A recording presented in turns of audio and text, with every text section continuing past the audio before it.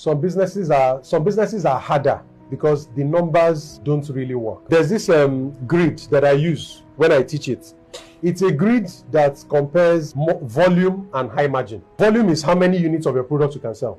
If you sell shirts, how many can you sell? Margin is how much you make per shirt. So there are some businesses where the margin is not much, like sachet water, pure water. Margin is not much. Bread, most of the bread they sell, the loaves of bread they sell, the margin is not much. So the way to make money is the more volume you sell, the more money you can make. So if the margin per loaf of bread is like 100 naira, if you are able to, the more loaves of, if you can sell 1,000 pieces, that's 100,000 in profit. So it's about volume. If you break the relationship between margin and volume, you get 4 distinct areas. The first one is low margin, low volume. What you are selling is low margin, and you're not able to sell a lot of volume. That category is what I call the graveyard. Any business that is in that category, it is clear the business cannot make it, because the only way for you to make it is volume, or for you to create products that have high margin, and you're doing neither. If you don't do anything about it fast, you quickly finish your capital and the business is dead. So that's why I call it a graveyard zone. The next zone is mass market, and there are many big companies that play in mass market. I joined a bottling company that bottles Coke and the rest of them plays there.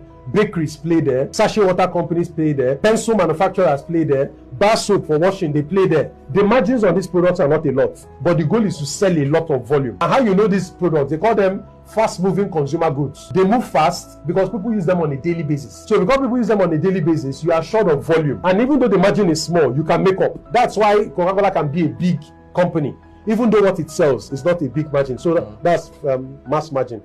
The next grade is high margin, low volume. I call that boutique businesses. They are small by nature because they don't need to sell to a lot of customers, low volume. But what they sell is high margin. So anybody who sells specialty services, anybody who is a professional, maybe let's say like an auditor, accountant, a specialist doctor, lawyers are like that. Some small law firms are like that. They don't have a lot of clients, but they make high volumes. And they are far more profitable than some businesses that everybody knows, because they're high margin, low volume. The sweet spot that everybody wants to be in, but very few can be in, is the superstar range. High margin, high volume. Examples I can find there will be the iPhone. Samsung is there. Each iPhone, high margin, and they sell to almost everybody. Everybody buys them. So not everybody can play in that range of high margin, high volume. Even Rolls-Royce. Rolls-Royce is in high margin, low volume. Rolls-Royce doesn't sell a lot, but for each car they sell. Private jets are in high margin, low volume. My kind of consulting is there. That's why I deliberately positioned it. I don't want a lot of people because the problem with consulting is that many times the growth of your business is limited by your time. Like every other human, I have 24 hours in a day. I need at least 6 to 8 of those hours to sleep, another few hours for myself and my family, then the remaining for work. So the limited time I have for work, if I use all of it for consulting,